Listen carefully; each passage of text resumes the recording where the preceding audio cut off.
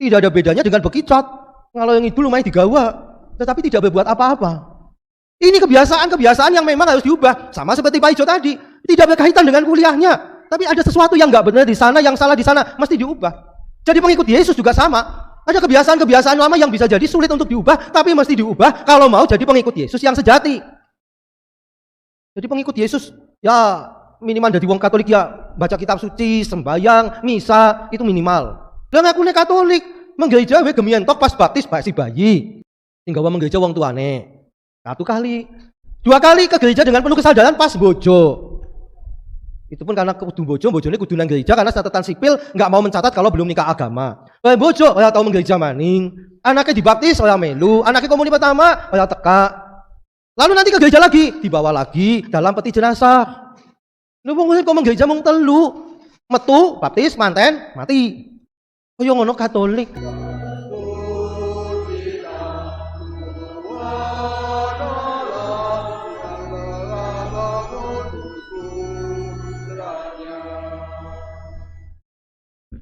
Dalam nama Bapa dan Putra dan Roh Kudus.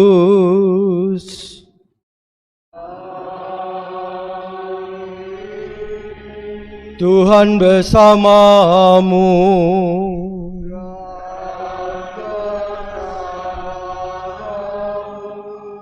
Bapak Ibu para saudara sekalian yang terkasih, selamat sore. Setelah meninggalkan masa-masa kemuliaan selama masa Paskah disambung dengan Pentakosta dari Tunggal Maha Kudus, tubuh dan darah Kristus dan hati kudus Yesus, kita kembali pada masa biasa dengan merayakan Minggu Biasa yang ke-13. Bacaan hari ini istimewanya bacaan Injil mengajak kita untuk melihat pengalaman bagaimana mesti menanggapi panggilan Tuhan. Ternyata mengikuti Yesus untuk mengikuti panggilannya tidaklah semudah yang dikatakan dan tidaklah semudah dengan membalikkan telapak tangan. Ada perjuangan yang dituntut di sana. Dan kita diajak untuk berani menanggapi panggilan ini dengan juga usaha yang maksimal. Marilah kita awali perayaan kita dengan menyesali dosa kita. Kita mohon belas kasih pengampunan Tuhan supaya kita layak di hadapannya. Sudah 3 bulan tidak ada beritanya si Pak Ijo. Ya karena dia sedang sibuk ujian, yang penting harus lulus supaya bisa melanjutkan sekolah. Dia kan sudah SMA kelas 3, kelas 12 ya, mau tidak mau harus belajar, lulus. Lalu sekarang dia sudah lulus dan mesti siap-siap melanjutkan studinya di luar kota karena di tempatnya tidak ada perguruan tinggi. Dan si Pak Ijo kemarin seminggu yang lalu mulai mengeluh tentang ibunya lagi. Ternyata karena sudah pasti si Pak Ijo harus sekolah di luar kota, lalu ibunya memberikan wejangan yang menurut Pak Ijo itu lebih panjang dari khotbah Yesus di atas bukit.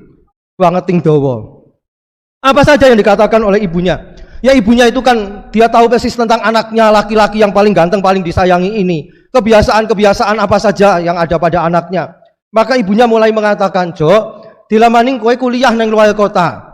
Mulane jajal kebiasaan-kebiasaanmu ditatanilah. Kebiasaan-kebiasaan alamu kuwi dibuang. Pak Ijo tanya, Bu, apa ana sing ala? Ya nek kowe sing ala kebiasaanmu kuwi lho. Contohnya, kowe kan tahu dikandani, sepatu dikumbah. Anduk nek bal dinggo aja diklumbukna. Anduk teles mambu. Lah macam-macam pokoknya kebiasaanmu kuwi lho. Nek digugah angel setengah mati esuk nang kan ono sing gugah. Mulane kudu bisa tangi gasik dewek. Aja seneng gawe kungkuman tape. Bapak Ibu tahu kungkuman tape? Oh, kelambi reget dikumbah nggo sabun ora dikumbah-kumbah.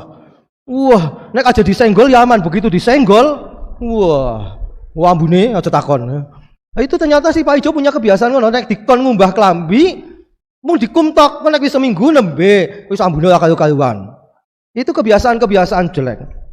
Lalu Pak Ijo mengatakan, jane apa sih hubungannya? Wong arep kuliah kok dadak ngurusi ana klambi, ana anduk, ana lah macam-macam temen. Mbok sing penting mbok uteke.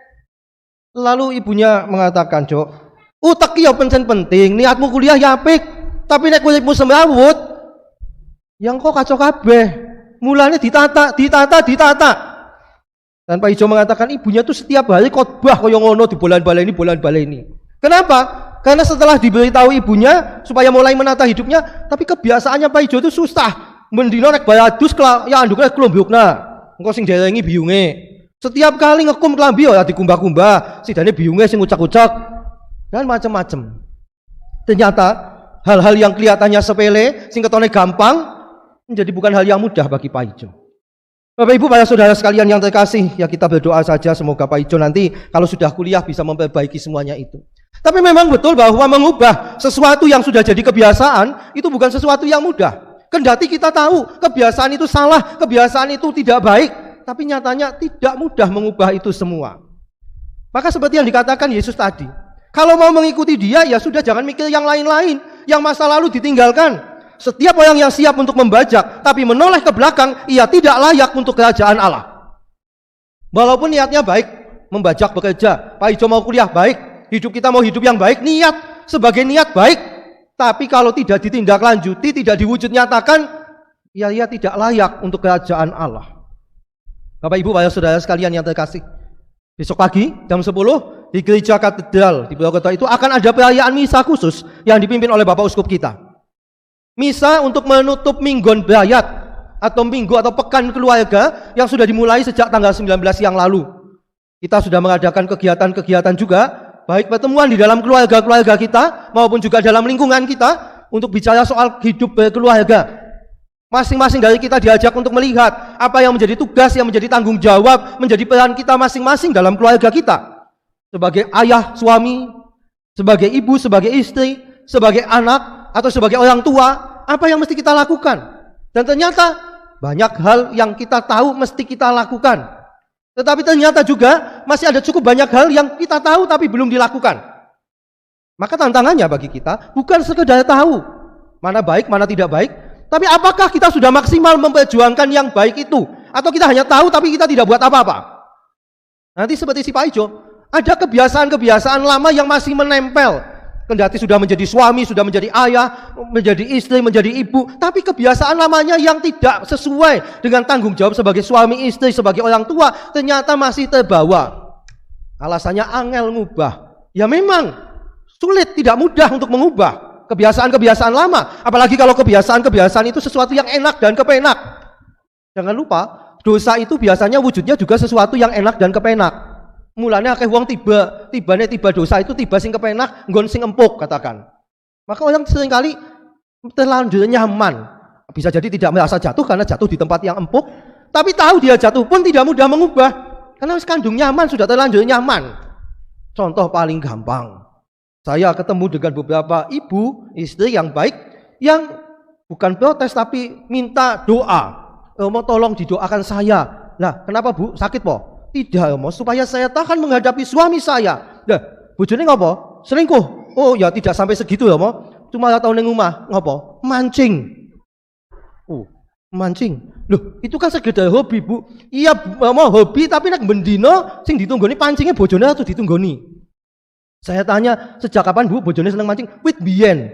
Nah, saya tanya, lah kenapa biyen kok gelem kalau tukang mancing? Ya dulu saya berharap kalau sudah jadi suami, apalagi sudah punya anak, ya mbok berubah, ngopeni bojone, ngopeni anaknya, aja mau ngopeni pancingnya tok. Tapi ternyata sudah 20 tahun saya menjadi istrinya tidak berubah. Lalu saya katakan, yang saya pernah mengatakan itu ya, Tuhan Yesus tidak berubah. Dan si istri langsung cemberut mendengar omongan saya.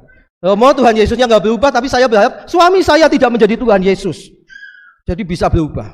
Ini kan soal sepele gitu, soal mancing, hobi. Tidak ada yang menyalahkan, hobi itu dari Tuhan.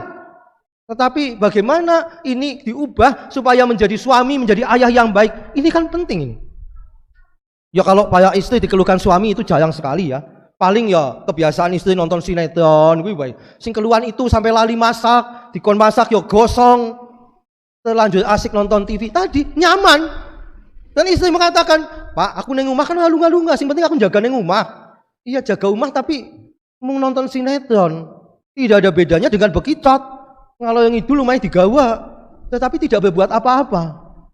Ini kebiasaan-kebiasaan yang memang harus diubah. Sama seperti Pak Ijo tadi, tidak berkaitan dengan kuliahnya. Tapi ada sesuatu yang nggak benar di sana, yang salah di sana, mesti diubah. Jadi pengikut Yesus juga sama. Ada kebiasaan-kebiasaan lama yang bisa jadi sulit untuk diubah, tapi mesti diubah kalau mau jadi pengikut Yesus yang sejati. Jadi pengikut Yesus, ya minimal dari wong Katolik ya baca kitab suci, sembahyang, misa, itu minimal. Lah ngakune Katolik, menggereja we gemian tok pas baptis si bayi.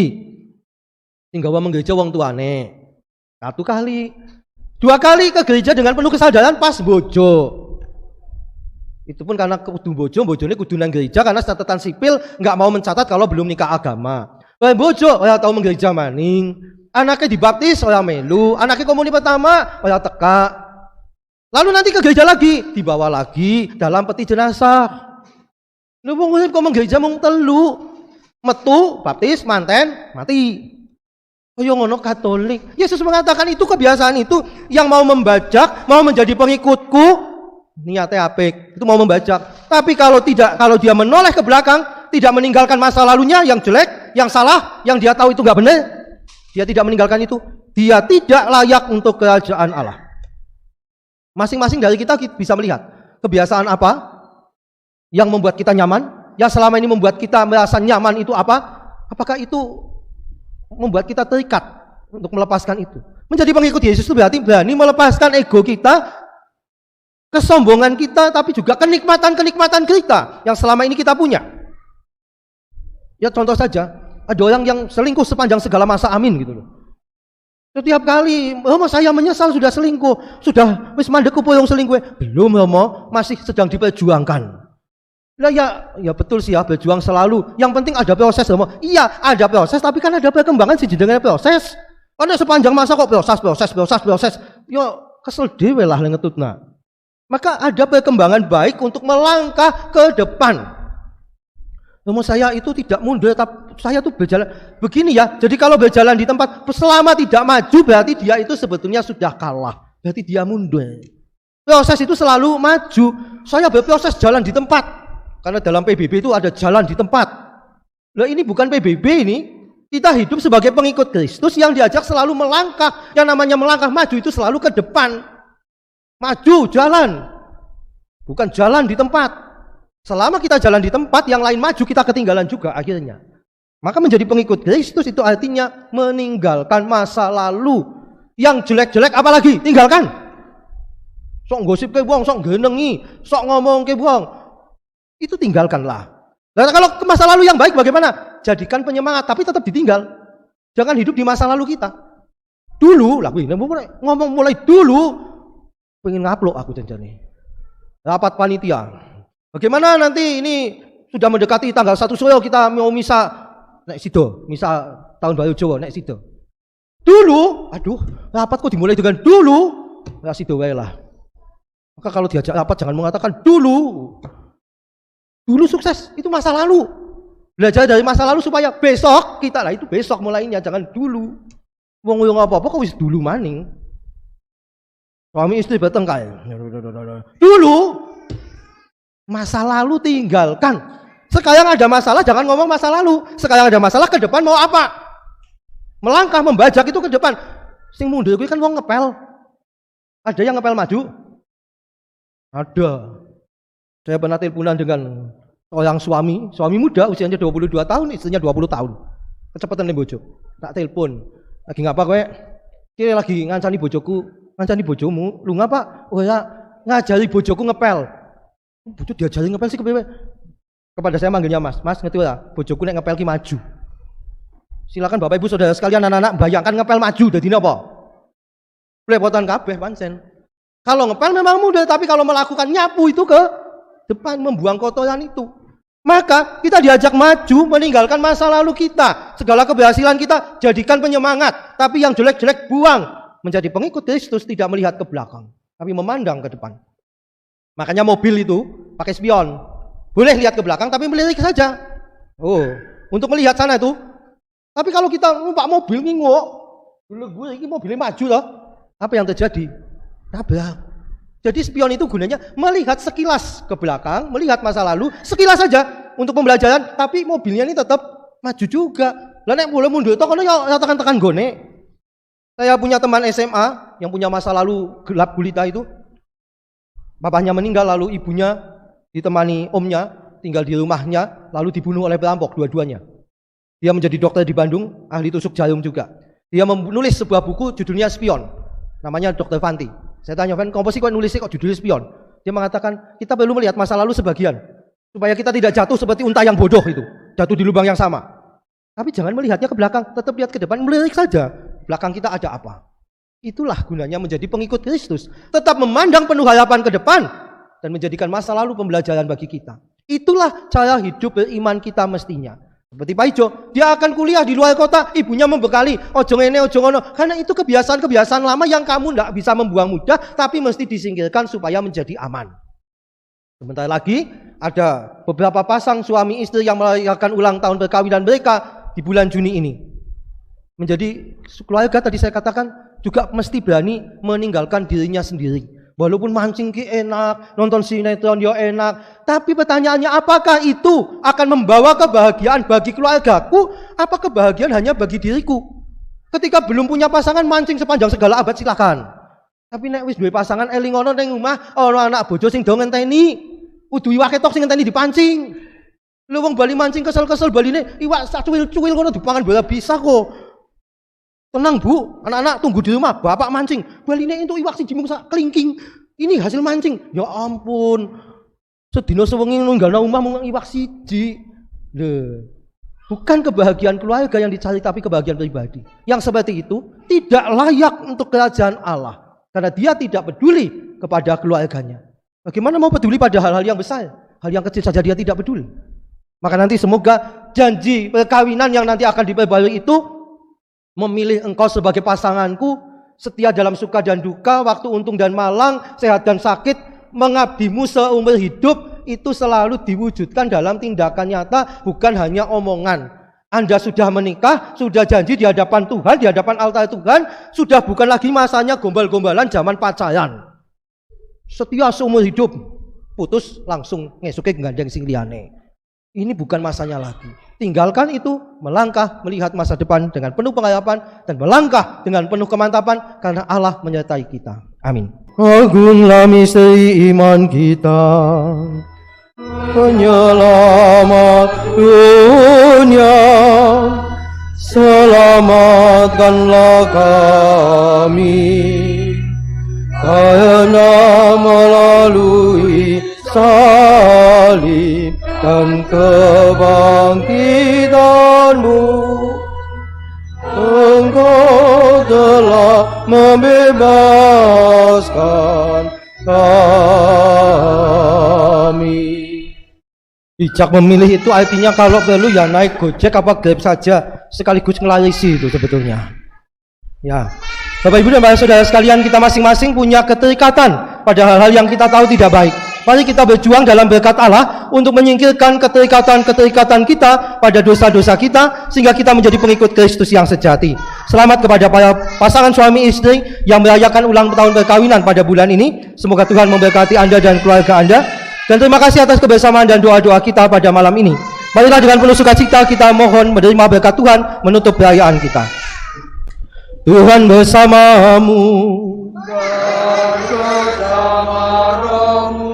Allah yang Maha Kuasa senantiasa membimbing, melindungi, memberkati kita, keluarga kita dan semua yang berkehendak baik. Bapa dan Putra dan Roh Kudus. Amin. Saudara sekalian, pergilah, misa sudah selesai. Syukur kepada Allah. Kita nyanyikan lagu penutup bersama.